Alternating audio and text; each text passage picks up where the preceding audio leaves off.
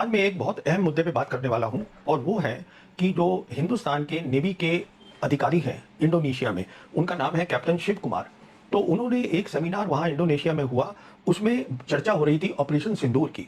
और जैसे सब जानते हैं, ऑपरेशन सिंदूर में जो खास बात थी वो थी 6-7 मई की हवाई लड़ाई इंडियन एयरफोर्स की और पाकिस्तान एयरफोर्स की। उसमें इंडियन एयरफोर्स के जेट्स का कितना नुकसान हुआ वो अभी तक सरकार ने नहीं बताया है, तो इस पर जिक्र हो रहा था। तो उसमें संदर्भ में जो शिव कुमार हैं हमारे, उन्होंने ये बयान दिया कि देखिए हमारे जो जेट्स हैं इंडियन एयरफोर्स के, उनका नुकसान हुआ है, कुछ का नुकसान हुआ है, कितनों का हुआ है वो बताया नहीं गया। देखिए अगर 1 या 2 होते तो सरकारी बता देती, तो वो बताया नहीं गया है। पर उन्होंने कारण बता दिया जो अभी तक किसी को पता नहीं था। उन्होंने कहा कि ये इसलिए हुआ है क्योंकि सरकारी हिदायत थी, पॉलिटिकल कंस्ट्रेंट था। हिदायत क्या थी कि इंडियन एयरफोर्स जो है वो मिलिट्री के किसी इंफ्रास्ट्रक्चर को नहीं दागेगी, और इंडियन एयरफोर्स जो है पाकिस्तान का जो एयर डिफेंस है उस पर दागेगी नहीं। देखिए मैं बताना चाहता हूं कि जब भी एयरफोर्स लड़ाई करती है उसका सबसे पहला निशाना दुश्मन का एयर डिफेंस होता है, क्योंकि सबसे इमीडिएट खतरा एयर डिफेंस से होता है। उस ऑपरेशन को हम बोलते हैं सीड, जो होता है suppression of enemy air defence. तो अगर आप उसको नहीं दाग रहे हैं और आप सिर्फ टेरर इंफ्रास्ट्रक्चर और टेरर कैंप पे कर रहे हैं तो आपका नुकसान होगा, क्योंकि एनिमी तो सिर्फ आपका जहाज को निशाना बनाएगा। तो उन्होंने ये बयान दे दिया कि साहब ये जो थी, ये हिदायत थी सरकार की तरफ से कि आप सिर्फ जो है वो टेरर इंफ्रास्ट्रक्चर को, टेरर कैंप को आप दागिएगा। तो ये एक बहुत बड़ी बात हो गई। शिव कुमार ने ये बोल दिया कि साहब सरकारी हिदायत थी कि आप ये नहीं करेंगे। अच्छा, दूसरी तरफ देखिएगा, पाकिस्तान एयरफोर्स पूरी तैयार थी। पाकिस्तान एयरफोर्स अब 2012 से और स्पेशली 2019 से, जब हिंदुस्तान की सरकार ने जम्मू कश्मीर से 370 हटाया था, उनकी बहुत ज़्यादा ट्रेनिंग हो रही है चीन की एयरफोर्स के साथ, और बहुत एडवांस ट्रेनिंग कर रहे हैं वो लोग। तो उनकी तैयारी पूरी थी और उन्होंने अपना पूरा वो भी बता दिया हम क्या ट्रेनिंग कर रहे हैं। उसका एक उनकी वो बनाई गई है स्ट्रैटेजी, जिसको वो मल्टी डोमेन ऑपरेशंस कहते हैं, बहुत एडवांस्ड है। तो उनकी तैयारी पूरी थी। अच्छा, तो कहने का मतलब ये है कि अब 3 बातें सामने आ गई। वो 3 बातें क्या है, क्यों हमारा नुकसान हुआ इंडियन एयरफोर्स का? पहला कारण जो कैप्टन शिव कुमार ने बोला कि पॉलिटिकल हिदायत थी कि साहब आप ये नहीं करेंगे, सिर्फ टेरर पे आप अटैक करेंगे। दूसरा कारण था कि पाकिस्तान एयरफोर्स जो थी वो पूरी तैयार थी, चीन के साथ ट्रेनिंग करती थी। चीन का उनके पास J-10C हवाई जहाज था और चीन का PL-15 मिसाइल था। तो ये कॉम्बिनेशन भी बहुत अच्छा साबित हुआ उस लड़ाई के अंदर 6-7 की रात को। तो उनकी तैयारी पूरी थी। ये दूसरा कारण हो गया हमारे नुकसान का। तीसरा कारण क्या हुआ कि हमारे एयरफोर्स की ट्रेनिंग कम है। अब ये क्यों कम है, अब मैं ये समझाता हूं। देखिए, मोदी सरकार जो है 2014 में आई थी और अक्टूबर 2 इंडिया को अब मसला ये है कि ऑपरेशन सिंदूर ख़त्म होने के 2 महीने बाद भी वो उनका पीछा नहीं छोड़ रहा। अब इंडोनेशिया जैसा मुल्क जहाँ पर जिसका कोई लेना देना नहीं ना पाकिस्तान से ना भारत से, वहाँ पर वो कोई सेमिनार करता है तो उसमें भी सवाल यही पूछा जाता है कि आपकी एयरफोर्स के जहाज़ क्यों गिर चुके हैं। साथ ही साथ कोई आर्मी की ट्रेनिंग होती है, वहाँ पर बतौर एग्जाम्पल बताया जाता है कि एयरफोर्स की अगर ताकत देखनी है तो पाकिस्तान को देखो कि कैसे उसने चंद ही मिनटों में 6 जहाज़ गिरा मारे हैं। और यही वो वजह है कि अब आहिस्ता आहिस्ता वो परतें खुलना शुरू हो चुकी हैं जो भारतीयों ने छुपा कर रखी थी। अब वो सब कुछ सामने कैसे आ रहा है, इस वीडियो में आप प्रवीण सुहाने की ज़ुबानी सुनिए। वैसे प्रवीण सुहाने जब बोलते हैं भारतीयों की पोल पट्टियाँ खोलते हैं, चाहे वो उनकी आर्मी हो, एयरफोर्स हो, नेवी हो या फिर नरेंद्र मोदी सरकार हो, चुन चुन कर निशाना भी लगाते हैं। और भारत समेत पूरी दुनिया के एनालिस्ट इनकी बात सुनते भी हैं और मानते भी हैं। तो वीडियो मुलाहिजा कीजिए, लेकिन आपसे गुजारिश है चैनल को सब्सक्राइब नहीं किया ज़रूर कीजिएगा। कमेंट सेक्शन में अपनी राय का इजहार इस बारे में ज़रूर कीजिएगा। और अक्टूबर 2014 को प्रधानमंत्री ने खुद एक कंबाइंड कमांडर्स कॉन्फ्रेंस को संबोधित किया था। वो एक बहुत इंपॉर्टेंट बात थी, जहां उन्होंने ये बता दिया कि थ्रेट में be known but the enemy में बी इनविजिबल। इसका मतलब समझिए, मतलब ये है कि थ्रेट जो है आपको पता है कहां से खतरा है, वो है पाकिस्तान की मिलिट्री से, वो आपको मालूम है। पर आप उस पर ध्यान मत दीजिए, आप एनिमी पे जो आज खड़ा हुआ है सामने, वो है टेररिस्ट, उसको दागिए। तो हिदायत क्या थी? हिदायत ये थी कि 2014 में खुद प्रधानमंत्री ने दी कि आप जो है अपना पूरा फोकस, बिल्कुल अपना एम वो है जो आप रखिए टेररिज्म के ऊपर, कि हमें टेररिज्म खत्म करना है। आप एनिमी को, पाकिस्तान की मिलिट्री को छोड़िए। देखिए वो वही बात हो गई जो शिव कुमार ने बोली है, वो हिदायत की, ये वहां से शुरू होती है।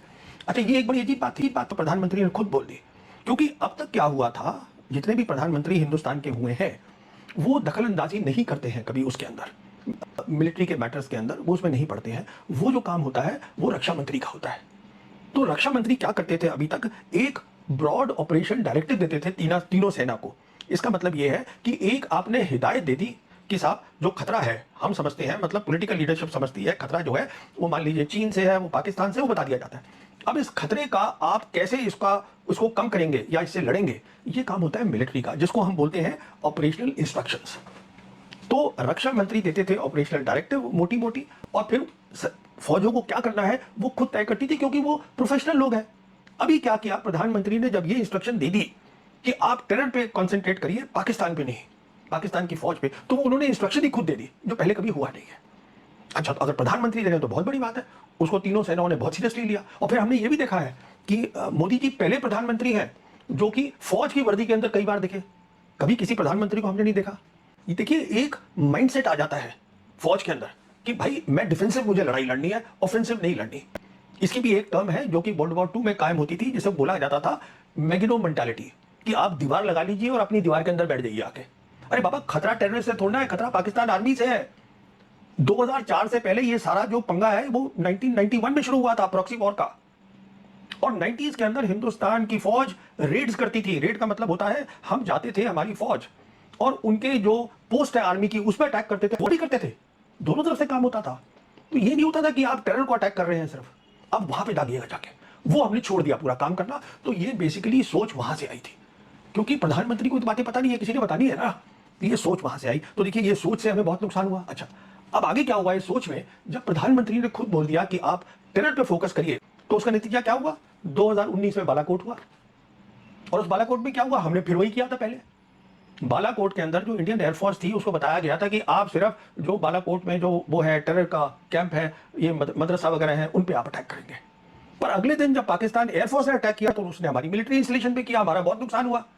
पर हमने उससे कोई सबक सीखा नहीं, क्योंकि हमें तो हिदायत मिली हुई थी। तो उसी हिदायत का जो जिक्र है वो आज कैप्टन शिव कुमार ने खुल के कर दिया है। ये तो सारी बात है। कहने का मतलब ये है, आप कभी इस सोच से जीत ही नहीं सकते। क्यों नहीं जीत सकते, क्योंकि आप कभी इंफ्रास्ट्रक्चर टेररिज्म का खत्म कर ही नहीं सकते। दिक्कत टेरर नहीं है, दिक्कत टेररिस्ट नहीं है, दिक्कत उसका इंफ्रास्ट्रक्चर नहीं है, दिक्कत पाकिस्तान आर्मी है जो उसको पूरा दे रही है, बढ़ावा दे रही है, उसकी ट्रेनिंग कर रही है। उसको आप कुछ करना नहीं चाहते हैं, क्योंकि आप लड़ाई नहीं करना चाहते हैं बिल्कुल। अच्छा, सवाल ये है कि अब आप कैसे लड़ाई करेंगे। अगर आप ये सोच लें कि मैं टेरर की जगह पाकिस्तान आर्मी से लड़ाई करूंगा, उसके लिए फिर आपको लड़ाई की तैयारी करनी है, जो 35 साल से हिंदुस्तान की फौज ने की ही नहीं है। अगर की होती तो पाकिस्तान ये सब बंद कर देता। अगर हमारे पास ताकत होती तो वो 35 साल तक ये क्यों करता रहता, आप मुझे समझा दीजिए। तो दिक्कत सारी यहां पर आ रखी है। अच्छा, अब आगे चलिए। तो जब ये हमने फैसला ले लिया, ये कि हम जो है ऑपरेशन सिंदूर में ये हिदायत दे दी गई जो शिव कुमार ने बोली है, हम टेररिज्म पे, इंफ्रास्ट्रक्चर पे फोकस करेंगे, तो अब हम ऑफेंसिव क्या करेंगे, वो भी तो कुछ करना था सरकार को। तो ऑफेंसिव के लिए दो चीजें चुनी गई करने की। पहली चीज थी जो आज हमारे, मैं उनका ये आपको क्लिप सुनाना चाहता हूं, ये आप सुनिएगा। In India, one is Pakistan, it is the sponsor of this war.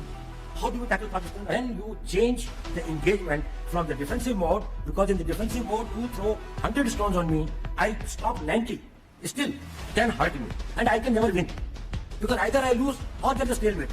You start war at your time, you throw a stone when you want, you have a peace when you want, you have the tops when you want. We, if you are in a defensive option, we will see where the balance of equilibrium is. Pakistan's vulnerability is many times higher than we. Once they know that India has shifted its gear from the defensive mode to defensive offense, they will find that it is unaffordable for them. You can do one Mumbai, you may lose Balochistan. अब इस clip में उन्होंने ये कहा है कि हम अगर सिर्फ डिफेंसिव रहेंगे तो हमारा उसमें नुकसान होगा, जो सही बात है। कि अगर वो हम पे 10 बार हमला कर रहा है, 10 हम पे दाग रहा है, गोले दाग रहा है, हम कितने 8 रोक लेंगे, 2 तो फिर भी हमें नुकसान करेंगे। तो हमें डिफेंस की जगह उन्होंने बोला ऑफेंसिव डिफेंस करेंगे। और उन्होंने एक मिसाल भी दे दी। मिसाल ये दे दी कि अगर पाकिस्तान मुंबई करेगा, ये क्लिप पे है, सुनिए आप, अगर पाकिस्तान मुंबई करेगा जैसे उन्होंने किया था 2008 में, तो हम बलूचिस्तान कर देंगे।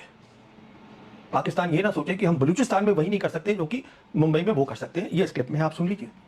तो उसका कारण है कि आज पाकिस्तान सारे दुनिया को बता रहा है कि साहब ये बलूचिस्तान में जो है, ये वो कह रहे हैं कि यहाँ पे ये गड़बड़ कर रहे हैं हिंदुस्तानी। अभी देखिए वो उनका अभी एक अटैक हुआ वजीरिस्तान के अंदर, जिसके अंदर वो पाकिस्तान आर्मी का टेरर अटैक हुआ है। उसमें उनके 10 सोल्जर्स मारे गए हैं, 13 सोल्जर्स जख्मी हो गए हैं। उसमें सुना है कि 1-2 बहुत क्रिटिकल है और 12-13 सिविलियन मर गए हैं। तो उन्होंने कहा है कि ये हिंदुस्तान ने किया है। अब हमने भी स्टेटमेंट दे दिया कि साहब हमने तो नहीं किया है। तो कहने का मतलब ये है, ये सारी इंस्पिरेशन जो है वो डोवल साहब की क्लिप से आई है।